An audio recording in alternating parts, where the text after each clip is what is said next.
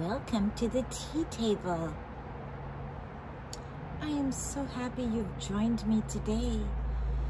And it's summertime. We had a little sun yesterday, and we're hoping for more today. I thought no matter what, I'm going outside for my tea talk. And at least it's not raining. Well, if you haven't gotten your tea yet, please get your tea and you can push the pause and I'll be waiting for you. Well, yes, it's summertime and I have a straw hat and I have a really fun little purse that looks just like it matches. And it has little, I think it's Asian scenes actually painted, and then it zips and has two straps and it just holds just enough. And we don't need to wear gloves to a tea party when it's outside. And I've got an extra shawl. This was my real outfit today for you, is this kind of East Indian cream and brown. It looks like Empire, Asian tea parties, British tea parties in the Victorian era. But it's so cold, I had to grab another shawl. So I have a layer. And you know, in England, where all the tea parties, we kind of model ourselves after their tea parties, they have to deal with rain also. I'm in a very similar climate.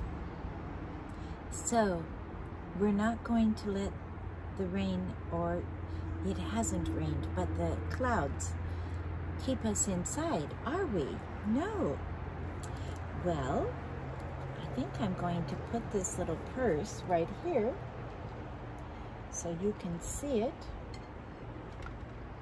And I have something very special that reminds me of this time of year, and it's a long picture. It's called MidSummer, and it is Scandinavian, and it's a long picture. And maybe on one of these talks I'll be able to hang it behind me, but this next week there are a lot of MidSummer is next Tuesday, the 21st, and these celebrations are in all over the world, but Scandinavia, they love to celebrate MidSummer.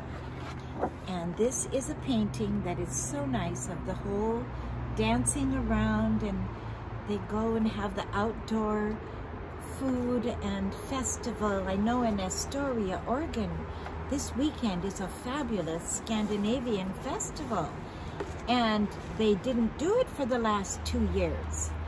There's a very strong Finnish population there, and they have a wonderful Finnish shop, several of different food, and the Finns are very close to the Swedes, and the Danes are close to the Norwegians. And that's how it goes. But I'm going to put this down for now. We'll probably bring it out for another summer event and have it displayed a little better. But what I really thought, you know, my husband and I got to go to a Scandinavian festival. This is years and years ago in Gig Harbor, which is a beautiful little inlet near Tacoma, right over the Tacoma Narrows Bridge. And they used to have a beautiful big red house-like barn called Scandia, and it had all the gifts, and they would have a MidSummer festival. Well, one summer we went, and I will never forget, there was a little man and a little woman, and they had black old costumes on, very old. And do you know what they were playing? For just like a violin or a fiddle, they were playing wooden shoes. and they stood facing each other and played the Scandinavian music on wooden shoes. And I asked someone about it, and it was called the poor man's fiddle. And you can look these up. They still make them, and they're quite popular in Sweden. And they make a tone, you know, it's 4 strings. And, you know, also they have the hardanger fiddle in Norway, which is a beautiful, the opposite. It's a very involved 8-string violin that has the descant sound. It almost sounds like a bagpipe. And they'll have inlaid mother of pearl and beautiful woodwork on the hardanger fiddles. And years ago, when I was going through Norway with my sister on the train, we were on the train and this man had a hardanger fiddle. And I said, I love the hardanger fiddle. He said, well, the next town is Voss, V-O-S-S. And this is on the famous train ride between Oslo and Bergen. And it was snowy December. And he said, in the next town is the most famous hardanger fiddler in all the world. His name is Mr. Osa. If you go, I think he'll play for you. So spontaneously, we had a well, it was a Eurail pass, so we could get out or get on wherever. We got out and asked the man at the town. Yes, sure enough, Mr. Osa lived up the hill. We trudged through the snow and knocked on his door. And his wife came to the door, and she was so gracious. She invited us in, served us coffee, and Mr. Osa came in, showed us his hardanger fiddle, and played for us, and then gave me a little record that I still have, a little LP 45. And for younger people, you might not know there are the big records, but then there were the little 45s that would maybe have 2 songs on them. And so that was my experience with the hardanger fiddle. And at these festivals, they play the hardanger fiddle and they dance and they have all of their wonderful, wonderful Scandinavian and culture. And I think many places in England, there are midsummer festivals too. It is the longest day of the year, and this year it's Tuesday the 21st, next Tuesday. So now, after all that, you're probably dying for a cup of tea. Well, look what I brought. This is my tea tray, and I thought strawberry shortcake for the tea talk. And I put a rose, and because we're outside, I thought I'm going to use my tea cozy. So, put the tea cozy on to keep the pot warm. And then I will take my cup, and we are going to pour out. Oh, this is nice and hot. See how hot it is? The tea cozy keeps it really hot for up to a couple of hours sometimes. If you have a cold house in the winter and you want to keep your tea hot, you put a cozy on it, and we'll have a little splash of cream. I love this cup. It looks like summer to me. In fact, it's called Summer Flowers, and that's why I chose it. And it matches the pot and the creamer. So I'm going to move that back so you can see. My husband brought me this, and it was our first rose of summer. Everything is late this year because we haven't had much sunshine, but this rose has the beautiful deep rose scent, which sadly a lot of roses don't have that now. Okay, so should we try our tea? Do you have yours?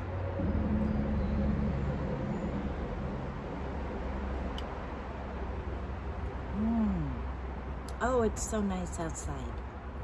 So nice outside. I'm not playing music today because I feel that when we're outside, we have these wonderful sounds of the wind and the birds. I hear the birds, and we'll just have that. We'll have nature's song. Isn't that nice? Do you hear the birds?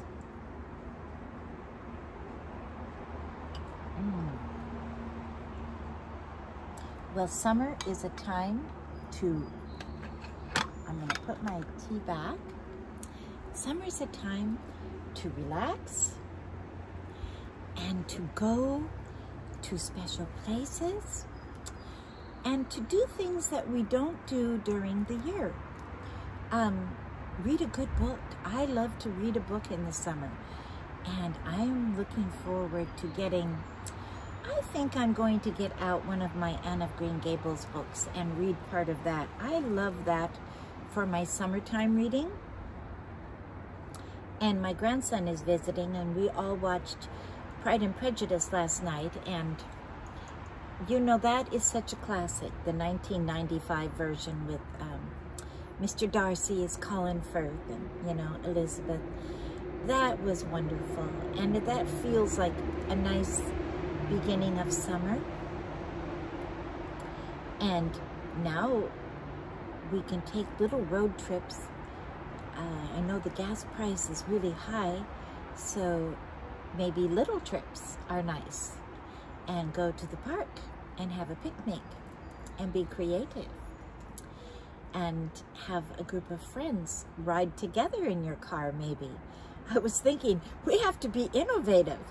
I don't know if you've filled your car lately with gas, but when I went in, whoa, I thought, I'm going to really think about getting, when I get in the car now, and make sure that I'm doing enough errands to get that our gas worth, I guess you would call it, right? Well, also, summer is a time of graduation, and summer is a time of weddings and concerts. And this year, so many things are coming that have been closed up for the last 2 years because of COVID, but they're having them again. I ran into my daughter's piano teacher, Mrs. Clark, and she's getting older. She's probably taught for 50 years. And I said, oh, are you doing a recital? And she goes, yes, we are so excited. We're doing a recital this Friday. And she said it's the first time now in 2 years that they're doing it. So I guess through all of this, we become grateful, don't we? And that's what I wanted to talk about today. When we have things come into our life that we have no control over, that we can't change, how do we deal with that when there are things that we want to change? We have to be creative. Now, we can definitely ask God for help and ask Him to show us a path, and if there's any way to change it, change it. But if not, try to look at the bright side and try to make lemonade out of the lemon. Well, how do we do that? I started thinking, I feel that my mother taught me, count your blessings. She used to say, if you're having a hard day, see if you can count 10 special blessings. Say them out loud or write them on a list. Things that you are thankful for. And she said, I guarantee by the end of the list, you will feel so much better. It is all perspective. There are people that live across the world that will never drive a car, that will never take a bus. They live in the middle of a jungle, and they're very happy. And they're happy with their life because they have learned to be thankful and grateful for what they have. maybe they will never go to a store like we go to. And there are really some obscure tribes that still live very primitively, and yet they're happy.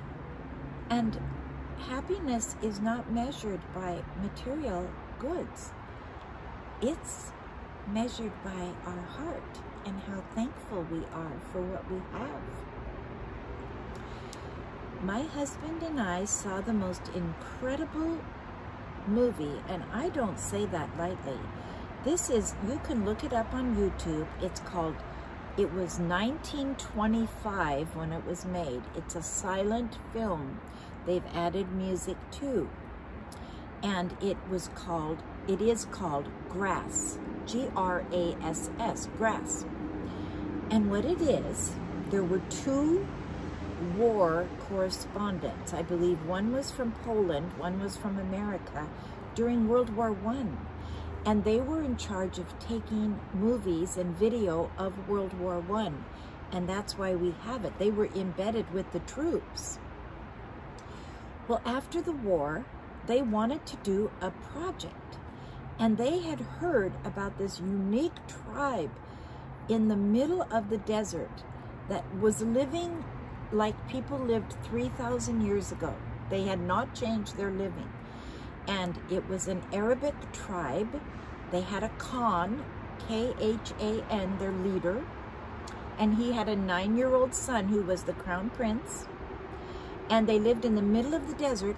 And in the summer, it became so hot, they had to go on a trek to find grass. And that's why it's called grass, for the animals, so they could survive.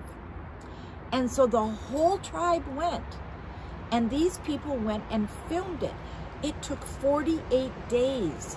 And they walk single file up these mountains, down these mountains. They have babies on their back in wooden boxes, like cradle-like things. Well, they came to the snow and their feet were getting wet because their shoes were made out of cloth. They took their shoes off and went barefoot.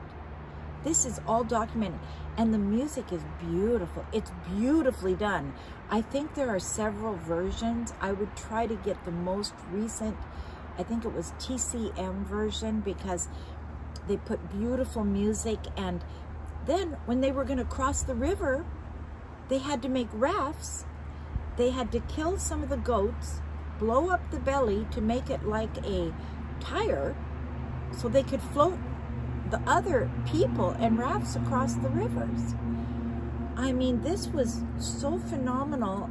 It just kept taking our breath away. We were just like, and the filming is incredible. So here we are in 2022. We're the first people in the history of the world that can look back 100 years ago and see what people were doing. Isn't that incredible? And you know, they had their outfits on, their very involved clothing. They must have hand woven all of it and made it for themselves. Probably had one outfit for years. And they're very colorful costumes they're wearing. So look that up. And I thought, those people, when they finally got, and some of them died on the trek, but most of them made it. And they go up the Caucasus Mountains in the snow and down the mountains. And then they show a long view, and it's a zigzag path of single file people going. I tell you, that's worth watching. Get a nice big pot of tea and sit down and go to another world and think about other thoughts and other people that live in a completely different way. I think it's very important. You can go around the world in books also, but film is also good. And there are so many wonderful documentaries out there of different places. And I find in my reading, I'm always reading my history and my church history.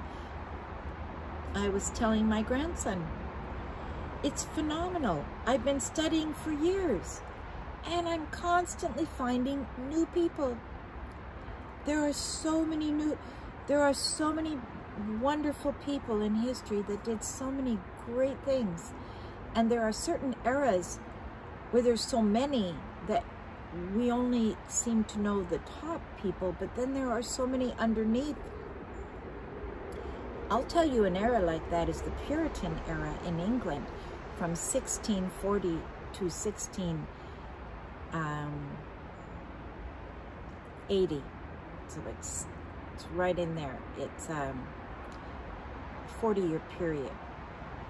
And so much happened, and so many difficult things happened. That was, the plague came, and then the Great Fire of London actually helped it, cleansed it, and then they rebuilt London. But you have the Civil War. You had Charles I, you know, he lost his head because he was too much of a demagogue, and the Parliament said that's enough. And they had the Civil War, and Oliver Cromwell took the throne for a while, and they didn't have a king. They had the Lord Protector, Oliver Cromwell. Then he died, and his son didn't have the ability, so they gave it back to Charles II. But you have all this happening in a very short period of time. Well, you have all these great writers. You have John Bunyan writing Pilgrim's Progress,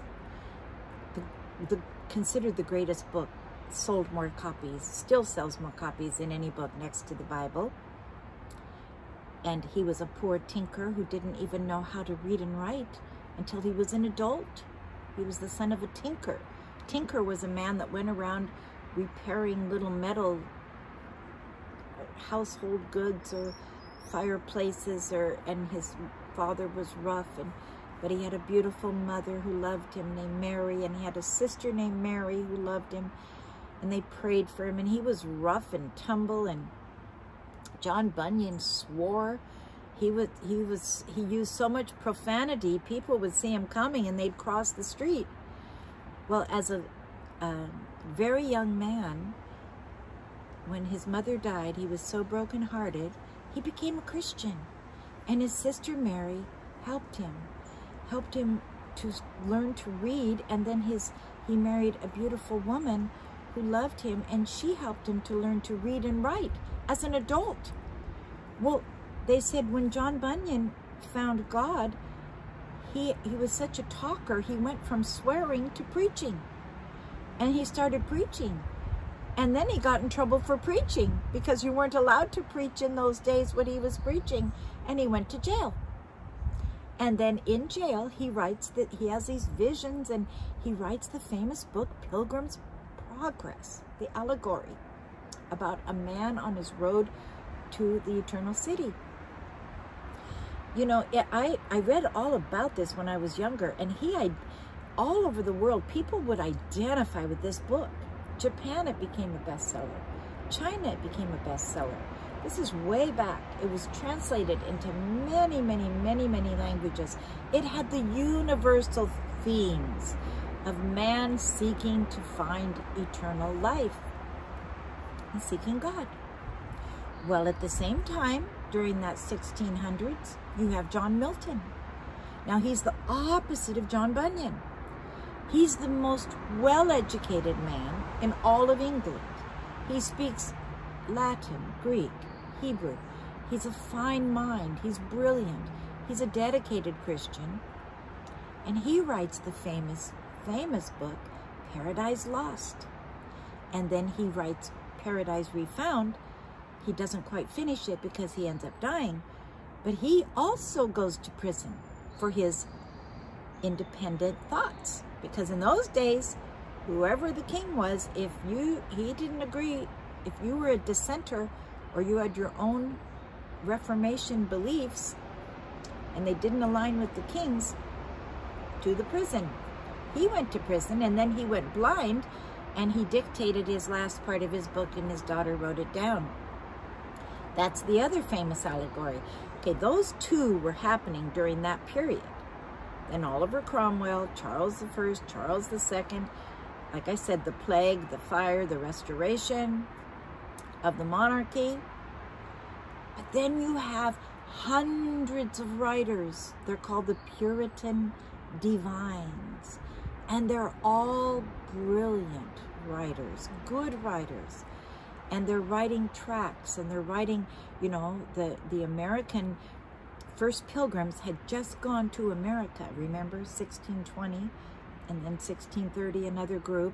So, and then there's another man named John Fox who writes a very, very famous history book, and it's the Fox's Book of Martyrs.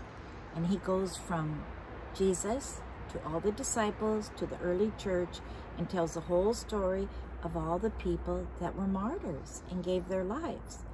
And at that time in England, there were martyrs also, giving their lives for their beliefs and how they wanted to worship God. So that was another famous book that was written at that time. And it is said that every home in America had Pilgrim's Progress by John Bunyan, Fox's Book of Martyrs, and the Bible. And by that time, you had the King James Bible. You also had the Geneva Bible. They were basically the same. The Geneva Bible had notes that John Calvin had put in from the Reform, and the King James had been done in England, and it was dedicated to the king, but it was basically most of the work had been done by William Tyndale, the great William Tyndale in the 1500s, who was burned at the stake for translating the Bible into English, because that was against the law. They didn't want it translated. They wanted to keep it in Latin so they could control the people. Well, that's just a little overview. But what I'm saying is there's so much to learn. There's so much to discover. I guarantee whatever period of history you read this summer, you'll find new people that will become your friends, and you'll know more about what was going on. And then you discover they're just like us. There's nothing new under the sun. We all have so much in common. And I wanted to tell you, I'm wearing a little necklace. It's hard for you to see, but it has a ship on it. It is like a ceramic ship. It's a big, I think they call them the tall ships. It's the ship with the sails. And a ship probably from the time I'm talking about, the 1700s. And I like ships. And I'm Norwegian, and my great-grandfather had a fleet of ships up in the Lofoten Islands. And he was a captain, and he wore the brass and the blue, and my grandmother told me all about it. And they were very, worked very, very hard, very, very hard.